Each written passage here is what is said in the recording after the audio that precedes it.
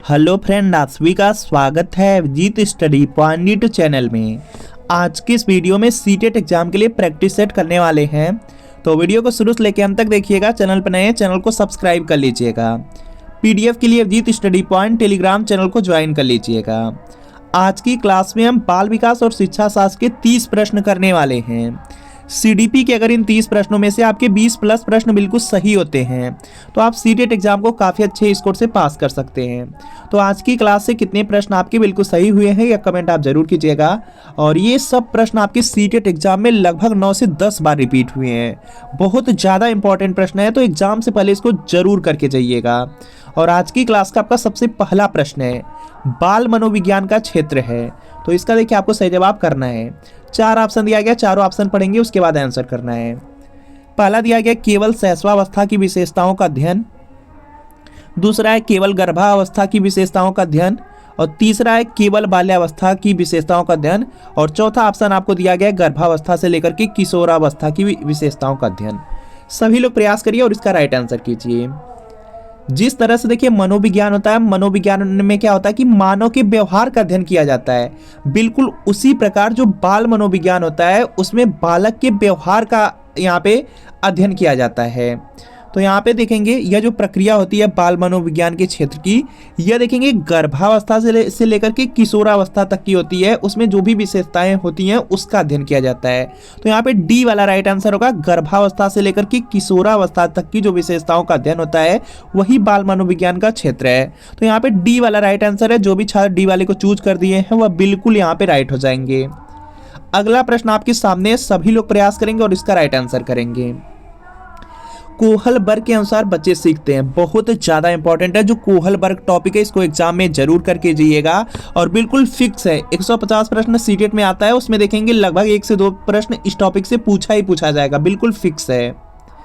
कोहल वर्ग के अनुसार बच्चे सीखते हैं संज्ञानात्मक विकास के चरण, शारीरिक विकास के चरण, संवेगात्मक विकास के चरण और नैतिक विकास के चरण। सभी लोग प्रयास करेंगे और इसका राइट आंसर करेंगे। देखिए जो कोहल वर्ग थे वह 4 वर्ष से लेकर के 13 वर्ष के ऊपर तक के जो बच्चे हैं उनमें नैतिक विकास के चरण का अध्ययन करके अपना नैतिक विकास का सिद्धांत दिया था। तो यहाँ पे क्या होगा, नैतिक विकास के चरण। कोहल वर्ग जब भी दिखे तो वहाँ पर नैतिक विकास से ही रिलेटेड यह बात किए हैं। तो यहाँ पे क्या करना है, डी वाले को आपको चूज करना है। डी वाला राइट आंसर होगा। कोहल वर्ग के अनुसार जो बच्चे सीखते हैं वह नैतिक विकास के चरण में, तो यहाँ पे डी वाला राइट आंसर है। जो भी छात्र डी को चूज किए बिल्कुल राइट है। चलिए अगला प्रश्न आपके सामने है और प्रयास करना है इसका राइट आंसर करने का। प्रयास करेंगे तो राइट आंसर कर लेंगे। छात्र अधिगम का वार्क, जो आपका वार्क है यह मॉडल किनके द्वारा प्रस्तावित किया गया था यह आपको बताना है। सभी लोग प्रयास करिए और राइट आंसर कीजिए। वार्क का यहाँ पे वार्क दिया गया है तो जल्दी से प्रयास करिए। तो यहाँ पे इसका राइट आंसर हो जाएगा, नील फ्लेमिंग ने दिया था। छात्र अधिगम का जो वार्क मॉडल है नील फ्लेमिंग द्वारा प्रस्तावित किया गया था। तो यहाँ पर देख लेंगे बी वाले में दिया गया है। बी वाला क्या होगा आपका, बिल्कुल राइट आंसर हो जाएगा। बी वाला क्या है, बिल्कुल यहाँ पे राइट आंसर हो जाएगा। चलिए अगला प्रश्न आपके सामने है कि किस उम्र से बच्चों में आदत विकसित होती है। तो इसका देखिए आपको सही जवाब बताना है। जो आदत है, आदत का विकास कब होता है, आदत कब विकसित हो जाती है बच्चों में। तो चलिए सभी लोग प्रयास करें, राइट आंसर कीजिए। बाल्यावस्था से, जन्म से, सर्वदा प्रवहमान से, गर्भावस्था के दौरान से। सभी लोग प्रयास करिए और इसका यहाँ पे क्या करना है, राइट आंसर करना है। तो यहाँ पर देखेंगे जो बच्चों में आदत विकसित होती है वह आपकी यहाँ पे जन्म से ही यहाँ पे स्टार्ट हो जाती है। तो यहाँ पे क्या होगा, बी वाला बिल्कुल राइट आंसर हो जाएगा। देखेंगे जैसे बहुत सारे कार्य हैं, जैसे बच्चे यहाँ पे दूध पीते हैं, ये सब कार्य यहाँ पर देखेंगे जन्म के तुरंत बाद से ही यहाँ पे बच्चों में वह आदत बन जाता है। तो यह पॉइंट याद रखना है। इसके बाद देखेंगे नेक्स्ट है आपका यहाँ पे विकास के किस क्षेत्र का संबंध बौद्धिक सामर्थ्यों जैसे कि ध्यान, स्मृति, समस्या समाधान, कल्पना और रचना करने से है। तो इसका देखिए आपको सही जवाब करना है। सभी लोग प्रयास करेंगे और इसका राइट आंसर करेंगे। विकास के किस क्षेत्र का संबंध बौद्धिक सामर्थ्यों जैसे ध्यान, स्मृति, समस्या समाधान और कल्पना और रचना करने से है। संवेगात्मक क्षेत्र है, संज्ञानात्मक क्षेत्र है, सामाजिक क्षेत्र है, शारीरिक क्षेत्र है। तो ये देखेंगे आ जाएगा विकास का संज्ञानात्मक क्षेत्र, जो कि बी में है। तो बी वाला बिल्कुल राइट आंसर है। जो भी छात्र बी को चूज किए हैं बिल्कुल राइट होंगे। चलिए अगला प्रश्न आपके सामने है, प्रेरणा का वही संबंध उपलब्धि से है। ध्यान से देखेंगे, प्रेरणा का वही संबंध उपलब्धि से है जो अधिगम का संबंध है। तो इसका देखिए आपको सही जवाब करना है। सभी लोग प्रयास करिए, राइट आंसर कीजिए। तर्क से, चिंतन से, बोध से, विवेक से। प्रेरणा का संबंध किससे है? उपलब्धि से। तो अधिगम का संबंध किससे होगा? बोध से हो जाएगा। तो यहाँ पे सी वाला राइट आंसर हो जाएगा। यहाँ पे क्या होगा? सी वाला राइट आंसर है। जो भी छात्र सी को चूज कर रहे हैं, राइट है। निम्नलिखित में से कौन सा एक व्यक्तिगत अंतर नहीं है जो संभवतः अधिगम को प्रभावित कर सकता है? तो इसका देखिए आपको सही जवाब करना है। सभी लोग प्रयास करिए। पहला है शरीर द्रव्यमान, बुद्धिमत्ता, अनुभव, अभिप्रेरणा। दिया गया निम्नलिखित में से कौन सा एक व्यक्तिगत अंतर नहीं है? यहाँ पे ध्यान देंगे क्या लिखा गया है? व्यक्तिगत अंतर नहीं है जो संभवतः अधिगम को प्रभावित कर सकता है। तो यह शरीर द्रव्यमान हो जाएगा। तो यहाँ पे शरीर द्रव्यमान का मतलब होता है, जैसे यहाँ पे शरीर द्रव्यमान में आपका भार, लंबाई, ये सब आ जाते हैं। तो यहाँ पे क्या होगा? ई वाला आपका राइट आंसर हो जाएगा। ई वाला आपका क्या होगा? राइट आंसर हो जाएगा। सीखने की परिघटना में निम्नलिखित में से कौन आवश्यक घटक नहीं है? तो इसका देखिए आपको सही जवाब बताना है। यहाँ पे क्या दिया गया? सीखने की परिघटना। पहला ऑप्शन है अधिगमकर्ता, दूसरा आंतरिक अवस्था, तीसरा प्रेरक, चौथा शिक्षक है। तो सीखने की परिघटना में अधिगमकर्ता का होना जरूरी है, प्रेरक की स्थिति जरूरी है, प्रेरक जरूरी है, आंतरिक अवस्था, तीन तो आपकी बहुत ज़्यादा जरूरी है सीखने की परिघटना में। लेकिन देखेंगे जो शिक्षक है, शिक्षक क्या करता है? शिक्षक केवल छात्र को उपयुक्त वातावरण प्रदान करता है जिसके माध्यम से बच्चे सीख सकें। बाकी यहाँ पे सीखने की परिघटना में इनका बहुत ज़्यादा यहाँ पे रोल नहीं रहता है। तो यहाँ पे क्या होगा? डी वाला बिल्कुल राइट आंसर हो जाएगा। तीन बहुत ज़्यादा इंपॉर्टेंट है, अधिगमकर्ता, प्रेरक, आंतरिक अवस्था। अगला प्रश्न है कि प्रभावी अधिगम के लिए शिक्षार्थी की भागीदारी की आवश्यकता होती है। तो इसका देखिए आपको सही जवाब बताना है। प्रभावी अधिगम मतलब कि सक्रिय रूप से अधिगम, यहाँ पे अच्छी तरीके से जो अधिगम है उसके लिए शिक्षार्थी की भागीदारी की आवश्यकता होती है। सक्रिय, विनम्र, आंशिक, निष्क्रिय। तो सक्रिय होनी चाहिए। प्रभावी अधिगम के लिए सक्रिय यहाँ पे भागीदारी की आवश्यकता होती है। तो ए वाला आपका बिल्कुल राइट आंसर होगा।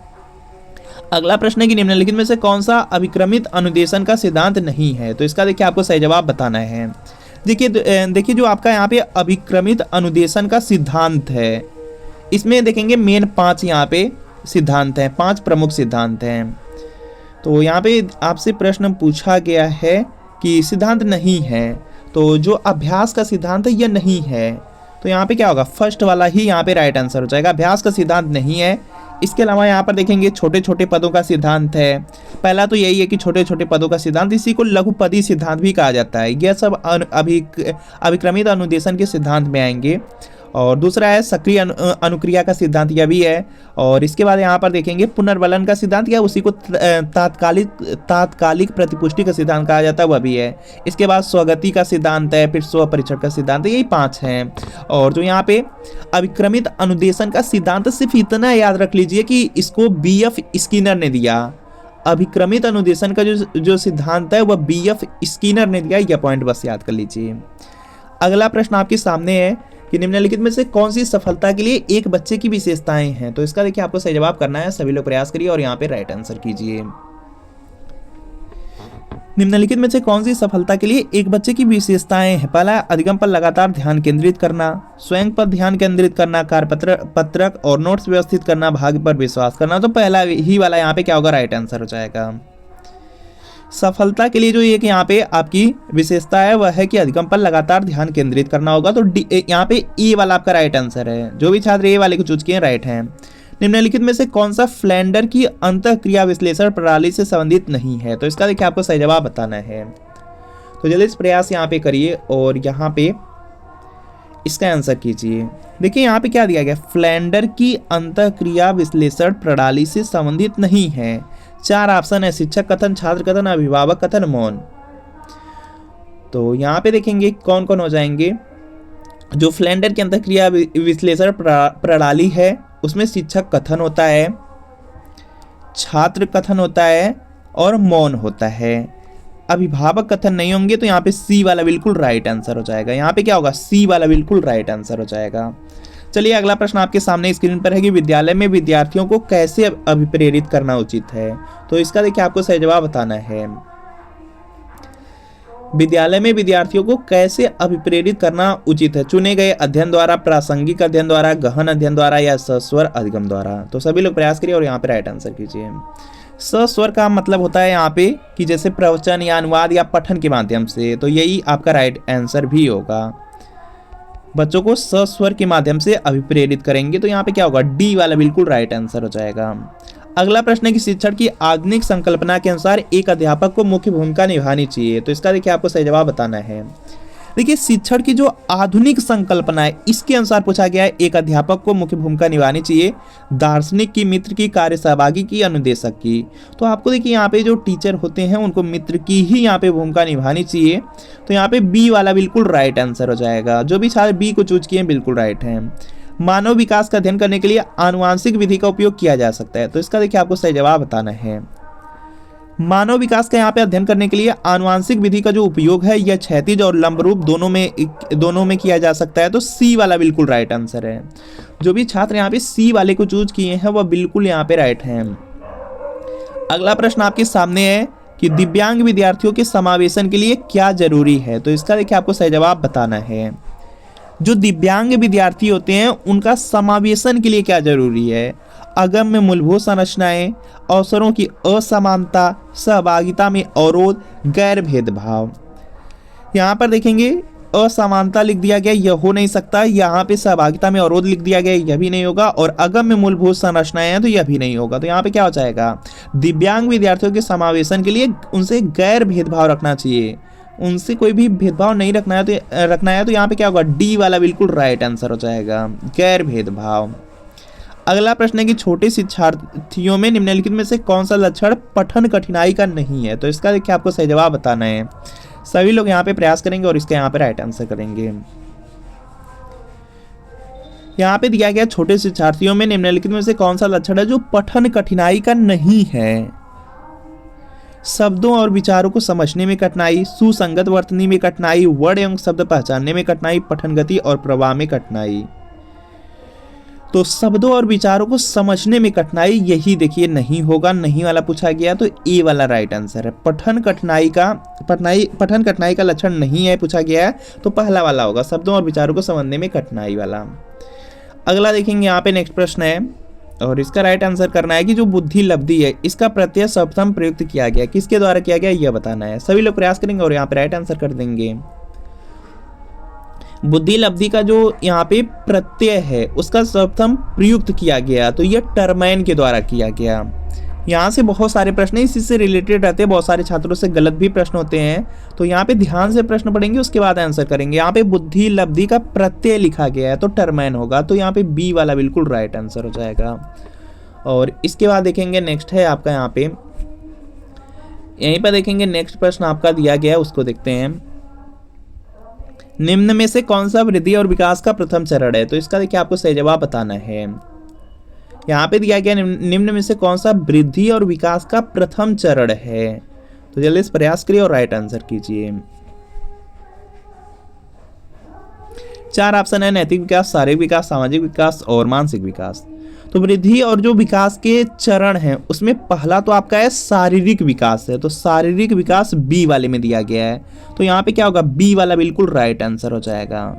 वृद्धि और जो विकास का चरण है उसमें सबसे पहला शारीरिक विकास है, दूसरा आपका मानसिक विकास है, और तीसरा संवेगात्मक विकास है, चौथा नैतिक विकास है, पांचवा सामाजिक विकास है। तो यह पॉइंट आप याद रख लेंगे।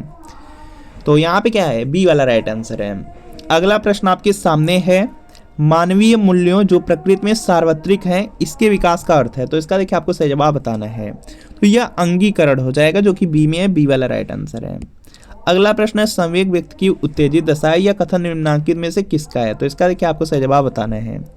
संवेग व्यक्ति की उत्तेजित दशा है, यह वुडवर्थ ने कहा था, तो यहाँ पे बी वाला बिल्कुल राइट आंसर हो जाएगा। अगला देखेंगे यहाँ पे, संवेग क्या इमोशन है, जानते ही हैं। अगला है आपका यहाँ पे प्रश्न है कि सीखने का सर्वाधिक उपयुक्त अर्थ है, तो इसका देखिए आपको सही जवाब बताना है। सभी लोग प्रयास करिए और जल्दी से यहाँ पे आप लोग आंसर कीजिए। देखिए सीखना क्या है, जो अधिगम होता है, लर्निंग होता है, उसका क्या उद्देश्य होता है कि बालक के व्यवहार में परिवर्तन लाना। तो देख लेंगे कहाँ पे लिखा गया है, तो यहाँ पर देखेंगे आपको मिल जा रहा है ऑप्शन नंबर सी में कि व्यवहार में परिमार्जन। तो यहाँ पे क्या होगा, सी वाला राइट आंसर होगा। सीखने का या अधिगम का यहाँ पे मुख्य उद्देश्य पूछा जाए या अर्थ पूछा जाए तो यही आपको बताना है कि व्यवहार में परिवर्तन। तो यहाँ पे क्या होगा, सी वाला बिल्कुल राइट आंसर हो जाएगा। अगला प्रश्न है कि दूसरे व्यक्ति के बाह्य व्यवहार की नकल है। तो इसका देखिए आपको सही जवाब बताना है। देखिए जो कोई भी दूसरा व्यक्ति है अगर उसके बाह्य व्यवहार की नकल कर रहे हैं तो वह अनुकरण के अंतर्गत आ जाता है। तो यहाँ पे क्या होगा, बी वाला बिल्कुल राइट आंसर हो जाएगा। बी वाला क्या होगा, बिल्कुल यहाँ पे राइट आंसर हो जाएगा। इसके बाद देखेंगे नेक्स्ट है आपका यहाँ पे, और जिन व्यक्तियों के व्यवहार का अनुकरण किया जाता है उसको मॉडल्स भी कहा जाता है। यह भी पॉइंट याद रखेंगे। अगला प्रश्न है कि निम्न में से कौन सा अच्छे शिक्षण की विशेषता नहीं है। तो इसका देखिए आपको सही जवाब बताना है।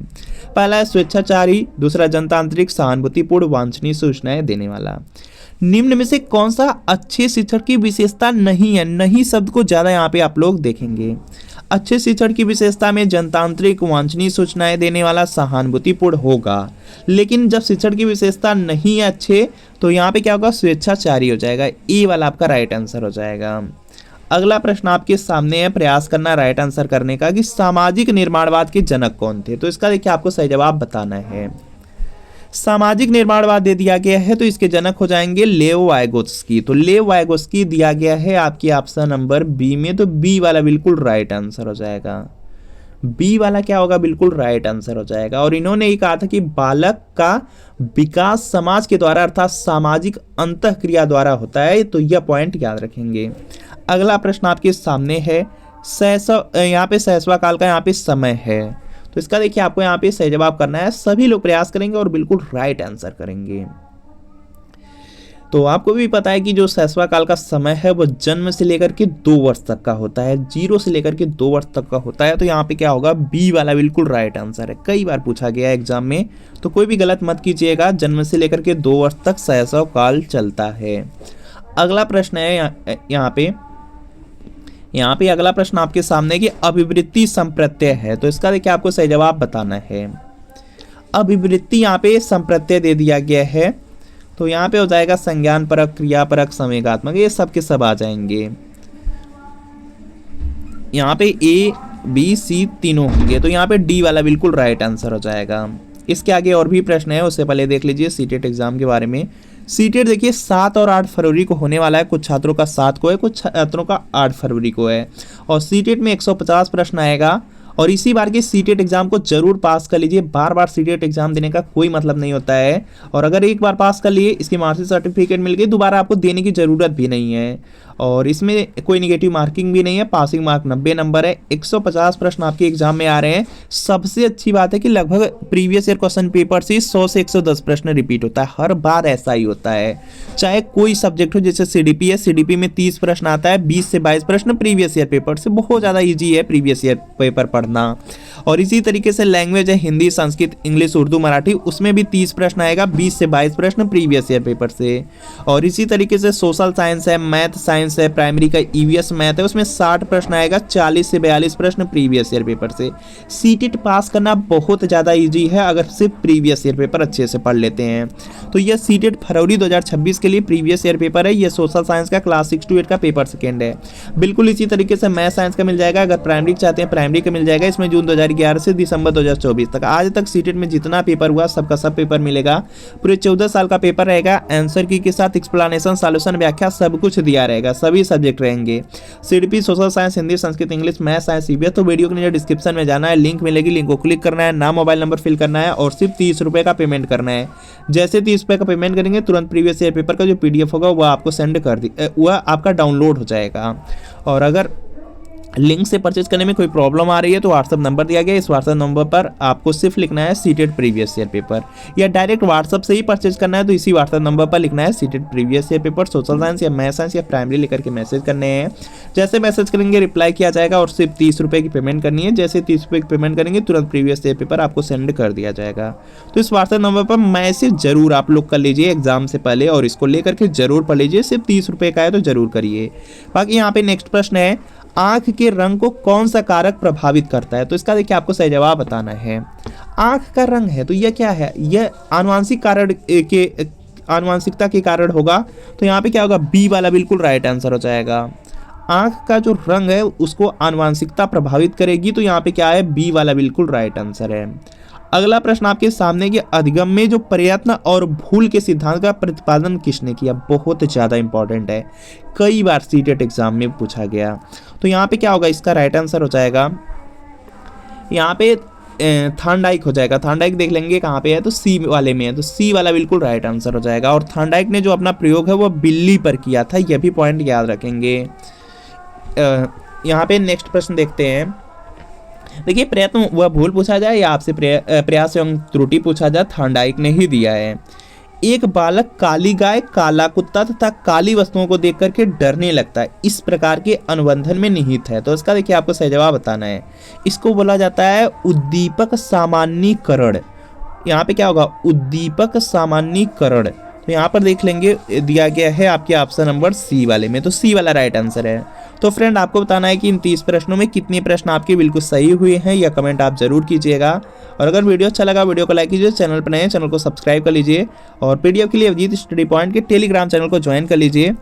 और यहाँ पर देखेंगे सीटेट के प्रीवियस ईयर पेपर के लिए इस व्हाट्सएप नंबर पर तुरंत मैसेज कर लीजिए, सीटेट प्रीवियस ईयर पेपर लिख करके। सिर्फ 30 रुपये की पेमेंट है, तो जरूर मैसेज करके इसको टाइम से परचेज कर लीजिए। तो मिलते हैं फ्रेंड आपसे नेक्स्ट वीडियो में।